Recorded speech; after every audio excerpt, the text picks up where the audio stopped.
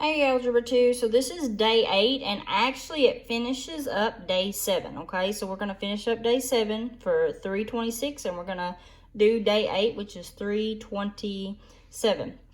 Now for day 8 and the rest of day 7, it's synthetic division. This is not hard, but I want to make sure that I show you the process. So we're actually going to jump back and we're going to finish the example that I had for day 7. Okay, so my Delta Math people, this is like an example you'll have. So use synthetic to solve. So it's 3x cubed plus x squared minus 18x plus 18 divided by x plus 3. So we're going to start always with what you're dividing by. Okay, so start with this. And what you're going to do is you're going to set it equal to 0 and you're going to solve. So if I want to get the x alone, then -3, okay? So if I was looking at a graph, this would be where it touched the x-axis. So that -3 is going to go on the outside of my synthetic. You're going to make this big L, okay? -3 will go on the outside. So this is my factor, okay? Turn into an example, or turn into a solution. So at the top of this L, what's your biggest exponent? So remember, what's the degree? So the degree is x3. So you're going to have x3. Then you have to stair step it down, and you cannot leave a hole. So like if there wasn't an x value here, I still would have to put an x value in here. So x3, x2, x, and then the number. The coefficients, so the numbers in the front, are going to be what goes underneath. So x3, you had a 3. x2, there isn't a number, but I see it. So if I see it, that's an understood 1. -18 is going to go in front of that x because it's my coefficient there. And then 18 is my constant, the number by itself, so it goes right here. So now to actually do the synthetic division, whatever value is in that first location will go all the way to the bottom. So it will have to go under the line. If it's under the line, you're going to have to multiply. So what's -3 times 3? -3 times 3 is -9. Then you add straight down. What's 1 minus 9? Well, that's -8. Once I get back under here, then I multiply again. -3 times -8 is a positive 24. Then I have to add straight down. So what's -18 plus 24? Or basically 24 minus 18. So that's going to be positive 6. And then I have to multiply because I'm back under the line. So -3 times 6 is going to give me a -18. Add straight down. That gave me a 0. The last number is always the remainder, okay? So in this case, I don't have a remainder. Your answer will start one term less. So what that means is if my degree is a 3, then my answer will start with an x squared. So 3x squared minus 8x plus 6. So it stair steps down just like here. So squared, then the x, then the number. No remainder, so then I am done. That is my answer. Okay? So now, let's flip over to the actual worksheet for day 8. So day 8, it's the exact same setup. So it's the divide. So I'm going to do it the exact same way. You always start here, solve for the x, and then that will go on the outside of your L. And then you'll have your values across the top. Now, where it's going to get fun and where you've got to be very careful is like down here. Do you see how the biggest exponent is an x4? Well, you need to put them in order. So x4, then x3, then x2, then x, then the number.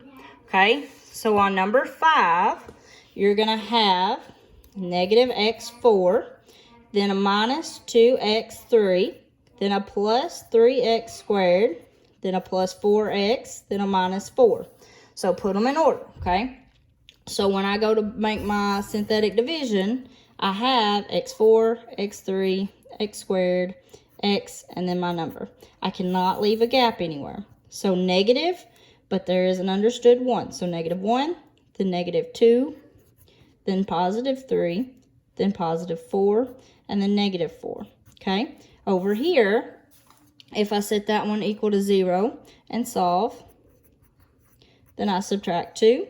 So x equals -2, and that -2 will be what comes out here. So then you start your process, multiply with what's underneath the line and then to come straight up and then add, okay? And then you keep going from there. Okay, so then the very last one that I'm going to show you is, again, make sure that here that you keep them in order. Number 6 has one, but I'm kind of going to jump back here on this back page for you guys.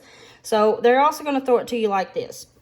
This is the same thing as if I were saying x6 plus 4x5 minus 2x3 plus 7 divided by x plus 1.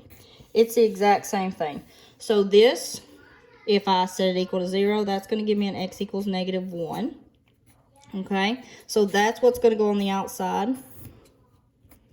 And then over here, I've got 6 is my largest. So x6, x5, x4, x3, x2, x1, and then just the number.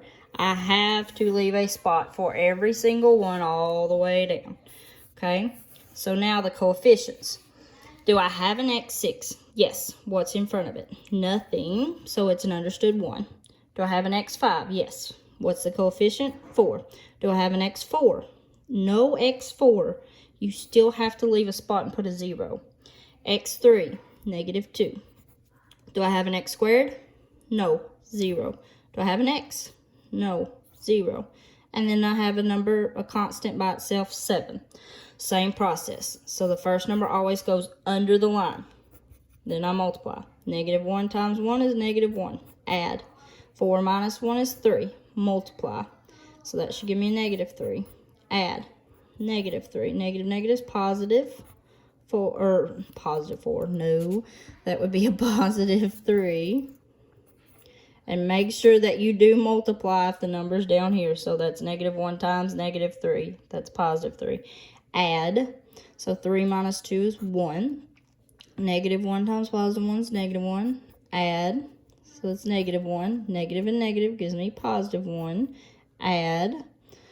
So that's positive 1. And then multiply. Negative 1 times positive 1. So that's negative 1 again. Add. So that gives me 6. Now, in this, I do have a remainder. So here's how we deal with the remainders. So x6 was my largest degree. My answer will start 1 lower. So that's actually going to be a 1x5 plus a 3x4 minus a 3x3 plus a 1x squared minus a 1x plus 1. The remainder you're going to have to put into a fraction. So plus 6 will go in the top, so the remainder goes in the top. What goes in the bottom is whatever we divided by. So since I divided by an x plus 1, that's what goes in the bottom. Okay? And that little fraction right there tells me that that was my remainder. So that is my long answer. Okay? So it's not hard. You just have to make sure you know the process. If you have any questions, I'll be here. Okay? Have a good rest of the day.